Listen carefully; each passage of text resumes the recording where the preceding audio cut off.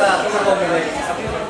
Siguro, alam naman natin na ilang eleksyon na. So, there is an existing procedure sa election.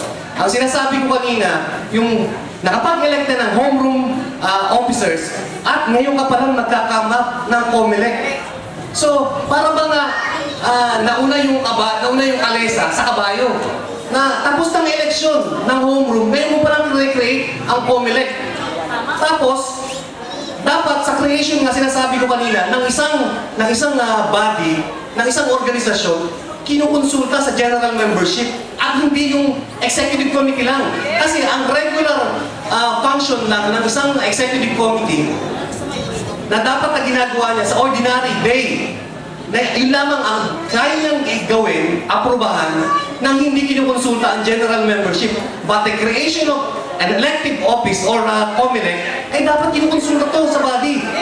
Pangalawa, dapat merong delikadesa. Sino ba ang nag-create nito? Si Myron. And he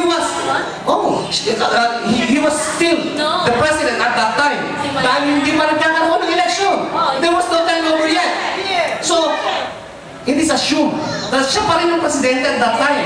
Kaya na sinasabi, kung may delikadesa tayo, para hindi nagkakaroon ng ganitong mga issue, dapat iwasan natin yung mga ganung bagay. Ang sinasabi kanina ni Miss G, na although sabihin natin na in good faith siya sa kanyang ginagawa, kaya lang, it is not enough. In good faith na dapat klaro, malinis talaga yung para hindi tayo nagkaragulo ng ganito. Tapos siguro ang importante rito, imagine it's already November. Nagkaroon na ng bagong presidente, sets of officer. And up to now, walang liquidation. Dapat, kasi kung nagkaroon ng transparent na saan ba napunta yung pera, sino ma-accountable na tao, hindi nagkakaroon ng ganito eh. Diba? Para hindi nagkakasama, ang ganda ng BEPA, ang ganda ng samahan. Kaya lang, kapag ganito na merong confusion, hindi klaro, kwentas klara, eh talagang mag-recreate ng problema. Sana ma'am, maayos. Sir, natin naman tayo mag-aayos dalawa. Ay, appreciate kasi yung tawag. Okay, sandali ako na lang po para kasi 3 o'clock na kuha na. Ganito po. Sir, noted. Tama po yung sinabi nyo. Teka lang po. That's why, that's why ma-register tayo, sir. Pag na-register po tayo, let's sit down and create po what's best for us, formally tayo ng guidelines. At meron naman tayong susundan. Kami po yun, wala pong masama sa sinabi nyo. Ngayon, doon po sa pagkakamali, siguro po wala pong mali para sa akin. Meron pong pagkukulang lang. Pero ako po, hindi ko po tatanggapin na nagkamali po kami. Meron po pagkukulang. Kasi tao lang din po, ang bumubuo po sa board, tao lang. Kung nagkamali po kami, punan po natin together. Sana po next time, pag may nagkakamali, bidag natin, ituro natin kung ano yung tama. Kung nausap kong sinasabi nyo, mag-pay po uli ng way for a more improved BEPA. Salamat po, Nute. Please. Excuse me po, I have suggestions lang po sana.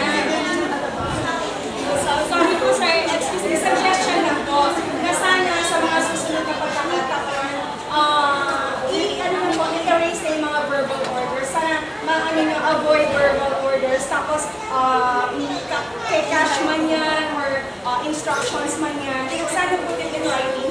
Tapos kung kunyari merong order na you have to do this, give deadline kagad para diretso, natatapos lahat. Actually, there's deadline. There is naman. All rules naman are intact. It's the implementation. That is the problem. We in the board, each one of us in the board, we know na 1 week ang liquidation, pero hindi na comply eh. Papasaksak mo ba yung papamitay mo ba yan?